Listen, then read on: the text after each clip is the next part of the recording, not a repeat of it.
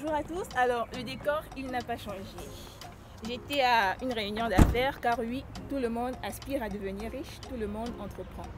Et puisqu'on parle d'entreprendre, notre sujet du jour est tout trouvé. Nous allons vous faire le profil d'un puissant entrepreneur sud-africain qui pèse en milliards. Le temps pour moi de monter en studio et le temps pour vous de partager cette vidéo. Je vais demander à ceux qu'on mette le générique et on se retrouve juste après.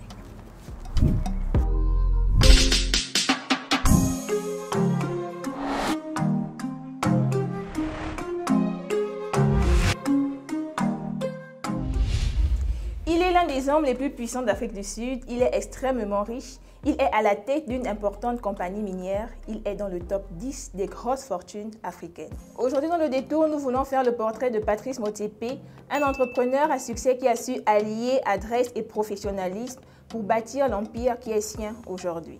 L'homme est né un 28 janvier 1962 à Garankuwa, une région de Pretoria en Afrique du Sud. Sa mère Augustine Motsepe, éducatrice préscolaire retraitée, ouvre un petit commerce d'épicerie ou tuck shop selon l'appellation locale pour arrondir ses fins du mois. La pension qu'elle touchait était insignifiante.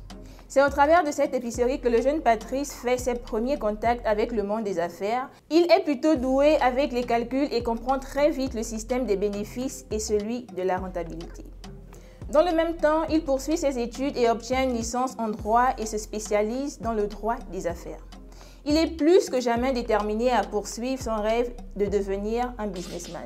Dans une Afrique du Sud encore enclavée dans les heures sombres de l'apartheid, la réussite, il faudra la provoquer. L'homme se forge donc peu à peu dans les différentes entreprises où il propose ses services de consultant et en 1994, alors que Nelson Mandela est élu président et que, de facto, la fin de l'apartheid était proclamée, Patrice fonde une société de mines.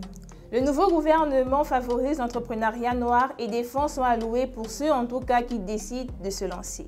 Patrice saisit l'opportunité et commence peu à peu la construction de son empire. Sa première société qu'il fonde fait dans le nettoyage des déchets des mines et résidus d'or. Il opte pour la main-d'œuvre bon marché, souvent obtenue auprès des sujets expatriés, pour la plupart des Zimbabwéens et des Botswanais venus chercher l'emploi en Afrique du Sud. En 1997, il voit les recettes de sa société exploser et termine de rendre le prêt qui lui avait été octroyé. Fort de ces recettes, il continue ses investissements et rachète un autre groupe minier pour un montant de 7 millions de dollars. En 2004, il est même nommé directeur exécutif du groupe Absa, l'une des banques locales. En 2019, il rachète le club de football Mamelodi.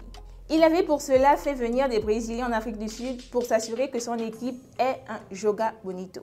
Investissement payant, le club est champion d'Afrique et rafle toutes les coupes locales. Lors de la crise du coronavirus, l'homme fait un don d'1 milliard de rand à l'État sud-africain pour lutter contre la pandémie. Patrice, c'est aussi un carnet d'adresses super lourd puisqu'il est le beau-frère du président sud-africain Cyril Ramaphosa, la sœur de Patrice étant l'épouse du président.